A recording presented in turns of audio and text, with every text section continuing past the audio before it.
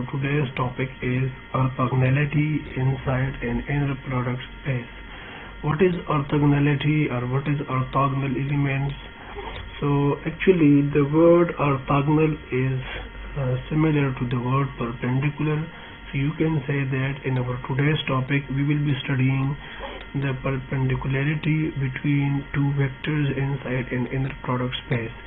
And you should be very clear about this, that whenever we are talking about the elements of an inner product space, then we are talking about vectors actually, because the elements of an inner product space we always name it as vectors. So you should be clear that when we are talking about the orthogonality of the elements of the inner product space, then we actually discuss the perpendicularity between some vectors. So let's come to the formal definition that says that suppose we have an inner product space X and we choose two elements X and Y among these, then by this formula or by this equation we describe the angle between these two elements. If you want to find the angle between X and Y, we can find it by the given formula of this. I mean, from this concept or from this equation number 1, we can calculate the angle between these two vectors in terms of inner product space. If we know the value of the inner product of x, y, then we can find using this formula their angle. So what is this actually describing? This you can say, if you remember the Cauchy-Schwarz inequality, or I should recall it for you, this is how we prove the Cauchy-Schwarz inequality. According to the Cauchy-Schwarz inequality in any inner product space, this inequality holds. So dividing the right hand side to both sides of the equation, we will be getting this one, this right side, right? This right side, according to the Cauchy-Schwarz inequality, is less than 1 or not. Yes, bring this to the denominator of the left side, then this whole left side will become less than or equal to 1. So according to the Cauchy-Schwarz inequality, this right side is less than or equal to 1. So we says, as we know that the range of x do not exceed the value of 1 and minus 1. You can see it from this graph, or you already understand this. So we can better say that actually this equation describes the angle between x and y. This is how we can find the angle between x and y.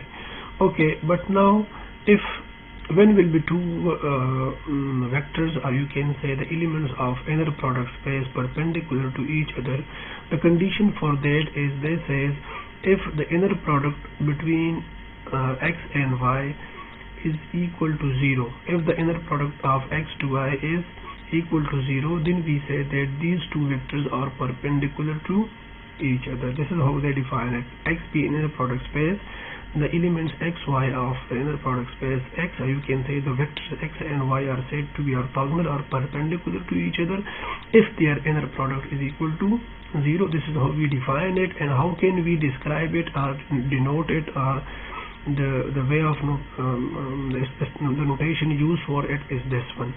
This is how we noted that x is orthogonal to y, or x is perpendicular to y.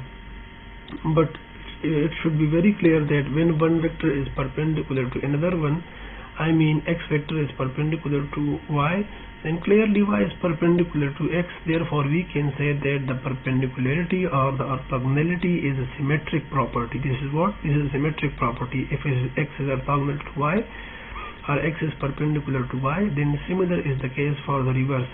I mean, y is also perpendicular to x, or y is also orthogonal to x. Therefore they have written that if x is perpendicular to y, then y is also perpendicular to x. This means that if the inner product of x and y is 0, also the inner product of y and x will be 0. These two are equivalent cases because symmetric property holds between orthogonal elements.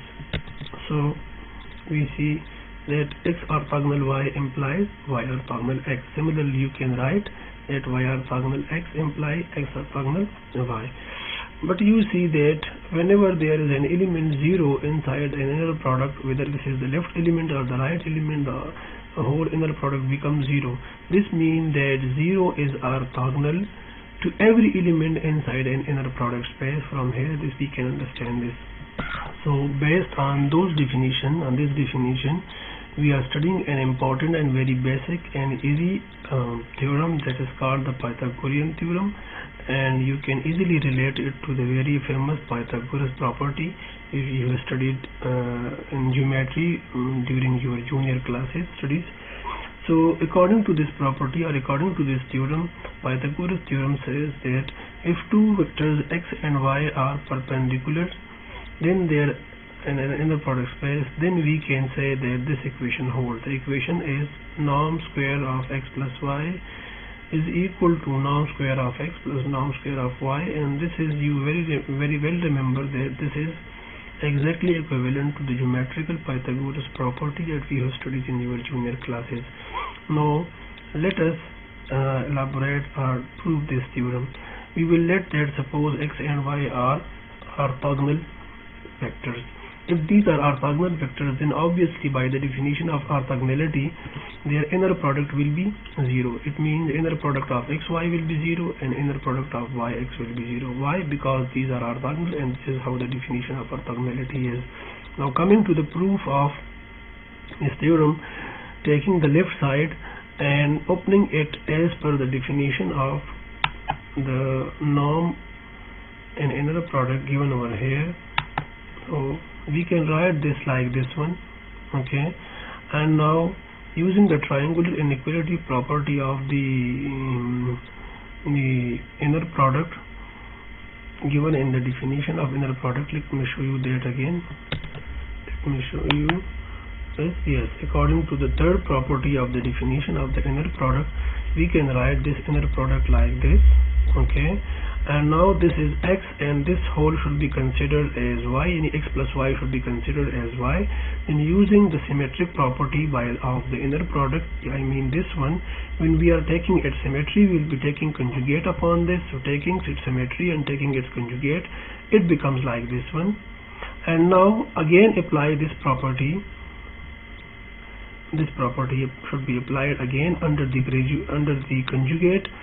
So the conjugate is there and this property is applied, so we are getting these separate inner products, small inner products. So according to this, you can see that x is itself, yx conjugate is written here, xy conjugate is written here, and yy conjugate is over here. All these are separated, and a separate conjugate is taken on each inner product. Now xx conjugate is equal to inner product of xx. This is similar is the case for y, and these two, this will become, again applying the symmetric property, this will become xy and this will become yx. Okay, this according to the given definition which I have written over here, this will be equal to norm x square. So this is equal to norm x square, and this will be equal to norm y square, and these two are remaining. But we have studied in the given condition that x and y are orthogonal, therefore their inner product is 0. I mean xy will be 0 inner product, and inner product of yx is also 0. If both are 0, then these two value will become 0. This is 0, this is 0, and we are remaining with only norm x square and only norm y square. These two becomes what? 0. Therefore we can say that norm square of x plus y is equal to norm square of x plus norm square of y, and this is how what we claim in the main statement of the theorem. So this is the Pythagoras theorem, which we will be extending to the generalized Pythagoras theorem, which is a more general form of this, and this will not be only to the sum of up to 2 elements, and it will be in a more extended form, but we will be studying that during our online class. So thank you so much for today's online video tutorial.